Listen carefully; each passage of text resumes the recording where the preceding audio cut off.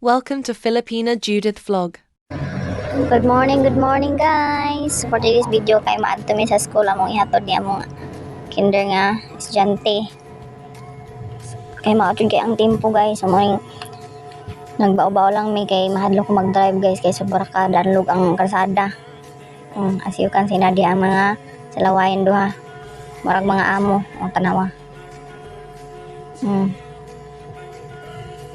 Can't imagine myself guys nga nanakoy 8 years old, nanakoy 6 and 4 sa una, sobra kalisod.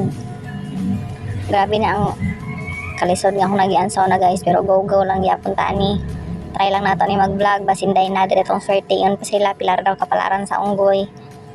Pero excuse me, di ba ito unggoy no? Joke lang guys.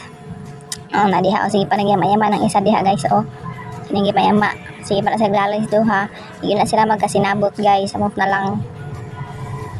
Pero asa mama kakayanin kay tsaka man kung sila pa bisag tibuok man unta nga nung nagpasinsilyo so agwantahon. Ano siya kinabuhin ato mga nanay guys. Buntag pa lang sayo gawara-wara na. Kay na mga estudyante. Daghan pa kay dipyo napay hugason. Magluto pag sudaan guys. Kamahal na yun siya. Hatod pag estudyante, pag alas 10 na ako, mga alas 10 imidya guys, adto po school kay magsundo niya akong estudyante. Nahimo akong nyaya guys, nahimo akong driver sa akong anak. Okay din na mahimong mama kay okay nga makapungot, nga makalipay. At the same time, kuan ka nang marag excited kay sa una lang, baby pa kayo mong anak, tapos karon naghatod-hatod na ka sa puhon. Pag number 4 na lang ka kay humanay mong anak biskwela, pero murag in my dreams lang guro ba. So man ni guys, dari na taso. Pasensya na kayo mo guys sa akong voice over kay this is my first time ever in my life, in my wildest dream nga voice over ko guys kay bago pa tayong taning world nga editing kay di pa takabalo tapos susumot na lang guys, sabta na lang nyo diha guys na kung di pangyama-yama diha kay na siya.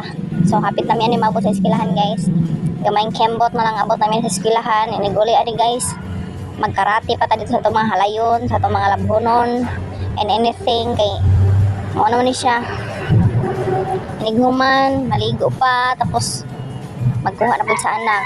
Amot na lang no, usahay malibog kas kinabuhi kay mura ra kagadula-dula.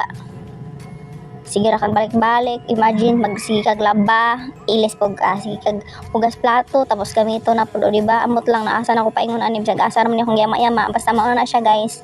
Happy na gyud na maabot sa school di ba? Diha na ang exit. Under construction pa nilang eskwelahan karon kay ang uban building ni natumba tapos natumbahan og kahoy mong gakutukod na po sila glayang building. So kana nyo makita da guys mo nilang room sa likod na banda tapos sulod ani dito banda ang gym tapos diha ang entrance na banda So hapit na jud gumaman ni akong voice over diri guys. Kay mo ba ni akong first time so unta makuani mamaon na tani kay ambot na lang ang hirap-hirap ng buhay. Guna lang tani. Basta unlad ng buhay. Unsa ba unlad do kamatay. Joke lang. Thank you for watching guys. Goodbye.